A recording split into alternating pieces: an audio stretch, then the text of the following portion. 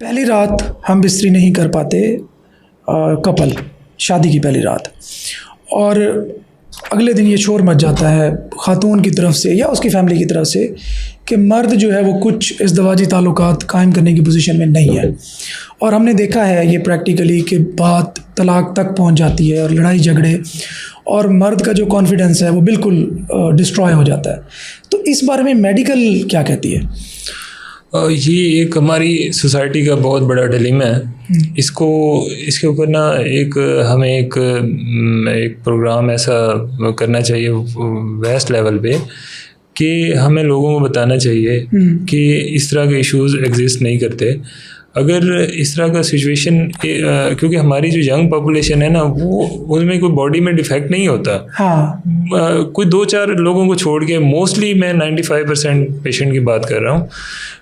More than 95% patient वो बिल्कुल ठीक होते हैं। बिल्कुल उनमें कोई जस्ट एक साइकोलॉजिकल इम्पैक्ट होता है, एक वो होता है कि पेशेंट शादी का एक थोड़ा सा इम्पैक्ट होता है, या पेशेंट घबराया होता है, एक बंदा घबराया होता है या फील कर रहा होता है, या कोई हमारे, क्योंकि यहाँ पे सेक्स एजुकेशन के हवाले से कोई इतना ज़्यादा चीज़ें नहीं हमारी एग्जिस्ट करती ड्यू टू इस्लामिक कल्चर।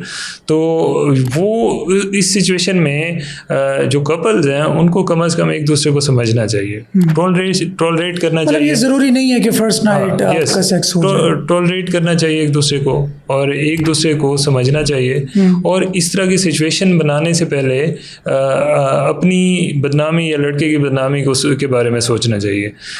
दूसरा ये होता है कि ये जो इस तरह का प्रॉब्लम होता है, मोर देन 95% साइकोलॉजिकल प्रॉब्लम नहीं होता। हाँ, साइकोलॉजिकल होता है, सिचुएशन रिलेटेड होता है। सिचुएशन रिलेटेड क्या है कि कोई भी आपके जहन में कोई मसला चल रहा है कि आपने कोई शादी के अखराजात वैसे ही आप एक अजनबी से मिल रहे हैं पहली दफा, तो वो भी एक साइकोलॉजिकल इम्पैक्ट होता है। अब सपोज एक बंदा सोच रहा है कि शादी के अखराजात ज्यादा हो गए, अब उसके जहन में परेशानी है कि मैंने फलां बंदे से उधार ले लिया है, फलां बंदे से उधार ले लिया है, तो वो एक इम्पैक्ट है ना जहन में, उसके जहन में परेशानी है। तो परेशानी इस चीज़ को डाउन करती है, को जो सेक्सुअल प्लेयर है उसको परेशानी डिस्ट्रॉय करती है। ठीक है, तो उसकी वजह से अब कोई और सिचुएशन भी हो सकती है कि बंदे के जहन में कोई और परेशानी चल रही है, या एक पूरे इवेंट की वजह से बंदा घबराया हुआ है, या इस तरह की सिचुएशन है। तो मेरा ख्याल है कि एक दूसरे को समझना चाहिए, टाइम देना चाहिए, सोचना चाहिए, और इस तरह की सिचुएशन में फैमिलीज़ में इशू बनाना और इस सिचुएशन से अवॉइड करना चाहिए। बहुत डिजास्टर सिचुएशन। ये डिसाइड करना चाहिए कि यार अब जो है ना, या हम फैमिली के पास जाते हैं या हम किसी कंसल्टेंट के पास जाते हैं। मुझे लगता है कि फैमिली के पास जाने से पहले अगर प्रॉब्लम एक प्रोलॉन्ग हो रही है तो कंसल्टेंट से कंसल्ट कर लेना चाहिए कि जो इशू हम समझ रहे हैं क्या वाकई ऐसा है, या मैं ओवरथिंक कर रही हूँ या कर रहा हूँ। मेरे ख्याल में अगर लड़का और लड़की एक दूसरे को समझें, एक दूसरे को मौका दें और एक दूसरे के साथ कोऑपरेट करें, मेरा ख्याल है ये 1-2 दिन में मसला ख़त्म हो जाता है। और अगर इसको क्योंकि अगर आप कॉन्फिडेंस शेक करेंगे, तोड़ेंगे, अब वो मर्द का आइडिया नहीं है कि वो किस सिचुएशन में था, कि किस में था। अगर आप उसको कॉन्फिडेंस ब्रेक करेंगे, या आप उसको शैटर करेंगे, या सोसाइटी में बदनाम करेंगे, अब ये बात तो उसकी बहनों के सामने भी हो रही है, उसके माँ बाप के सामने भी हो रही है। तो अगर इस तरह की सिचुएशन पैदा होगी तो आप बताएं कि उस मर्द का कॉन्फिडेंस कहाँ जाए। अच्छा, वैसे भी हमारे यहाँ एक और सोसाइटी का इम्पैक्ट भी मैं डिस्कस करना चाहूँगा कि हमारे यहाँ इम्पोर्टेंसी को इतना ग्लोरीफाई कर दिया गया है कि हमारी दीवारों पे लिखा होता है कि मर्दाना कमजोरी, और हर किसी के माइंड में ये चीज़ बना दी गई है।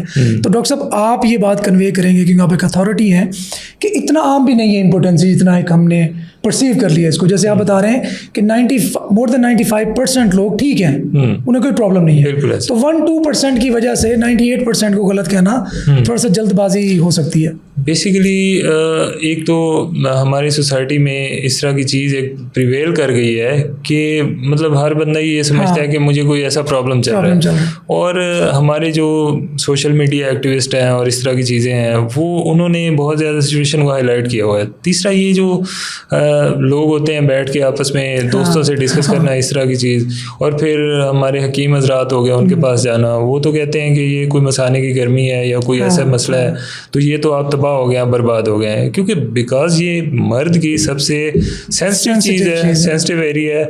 तो इसको और इस पे ट्रेनिंग नहीं हुई यस, इस पे ट्रेनिंग नहीं है, सेक्स एजुकेशन नहीं है, बात नहीं होती, कोई समझाता नहीं है उनको, क्योंकि हर बंदा उसका तमाशा बनाता है। वो फिर डिप्रेशन में चला जाता है, स्ट्रेस में जाता है। उस स्ट्रेस में जाने की वजह से हालांकि ऑन ग्राउंड कोई इस तरह का प्रॉब्लम एग्जिस्ट ही ना कर रहा होता। मैं एक आपको छोटी सी एग्जांपल देता हूँ। अब एक 20 साल का मेरे पास लड़का आता है, ठीक है ना, वो कहता है मुझे इरेक्टाइल डिसफंक्शन है। अब मैरिड नहीं है वो जो पेशेंट है मैरिड नहीं है, मतलब उसका किसी के साथ एक्स्ट्रा मैरिटल रिलेशन भी नहीं है, तो how can he say that कि मुझे इरेक्टाइल डिसफंक्शन है और मुझे इस तरह का मसला है। हालांकि वो उसके जहन में बात डाली गई होती है।